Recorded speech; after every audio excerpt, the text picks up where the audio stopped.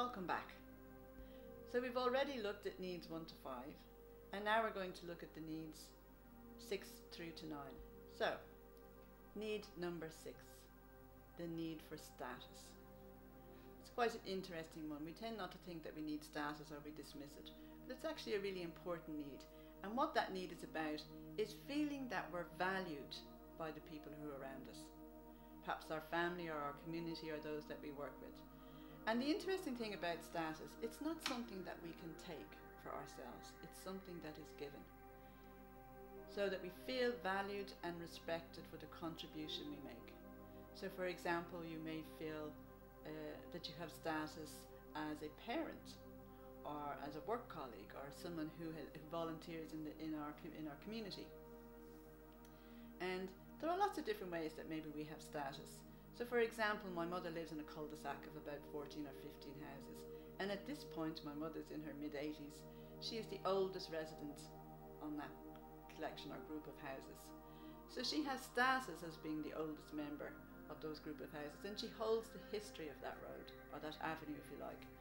And lots of new families have moved in, but she can tell them who lived in their house before them and what happened on the road, the history of the road if you like. And on that road, the person who holds the status had been a good gardener. So maybe you go to them for advice about when to plant your bulbs. Or the person who is the great cook or the great bake. Or the person who's always relied upon to give everyone a laugh. You know, who injects that sense of humour and fun and enthusiasm into events, or organises events. So that's our sense of status. And if you think of it within communities then, within your own community, maybe there's families that have been there for generations, and they'll have a certain status for that. And even blow-ins have a status. I'm a blow-in myself in my community here in Lacan. I'm here about 15 years now. But it's a status that I have that is given with love and affection, and I much appreciate it. So that's our need for status. So, who gives you status? And now we have need number 7, the need for privacy. So our need for privacy is each and every one of us needs time at the end of the day, or throughout the day, where we can just take time out to reflect and consolidate the events of the day if you like. And for some people maybe they get that privacy going for a walk, or for others it's just taking quiet time in a room, or preferably maybe before you go to bed at night, just to think and reflect and consolidate the events of the day. Really important part. And it very much links into our resources, which we're going to look to later, particularly in terms of developing our observing self. So perhaps you need to just take a moment to think about, do you get too much privacy? Maybe you're on your own too much. Or you're surrounded by children and family and dogs and all sorts of things, and you think, oh, I'd love to have 5 minutes privacy to myself. It is important. Make sure you get some privacy for yourself. And now we have need number 8, the need for competence. So our need for competence is each and every one of us needs to feel that we're good at something, and that we're able to learn new things, and that we're achieving our goals. So and again, that can be from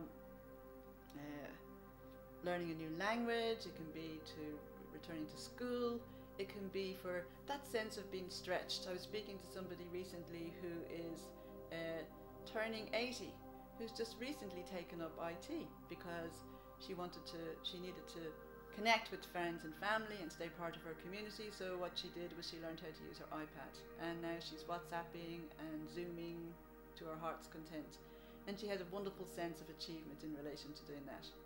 Personally, I can relate to that need. I recently started dance classes in the Broca Centre.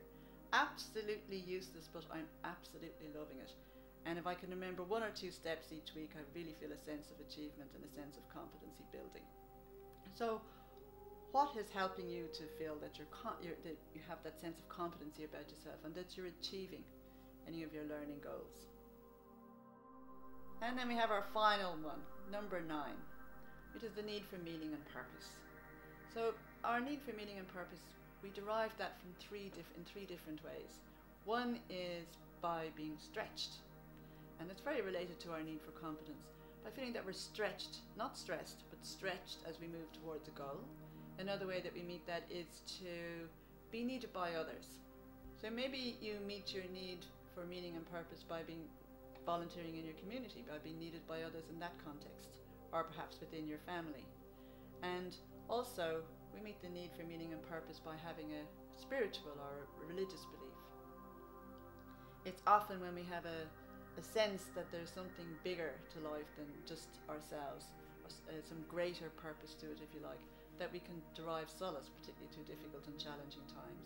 And it's very often people who have a very strong religious or spiritual belief will say that it helps them get through the difficult times, that it gives them resilience, and that suffering makes us stronger, if you like. Suffering gives our life meaning and purpose.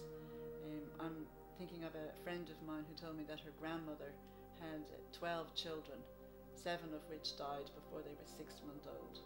And you can nearly feel, can't you? You can, the emotion, that the difficulty and the tragedy that must have caused her. And she always said that it was her religious belief and faith that got her through, that made her able to tolerate such a difficult and tragic set of circumstances. Interestingly, it was one of her children who then went on to become one of the lead consultants in Holles Street.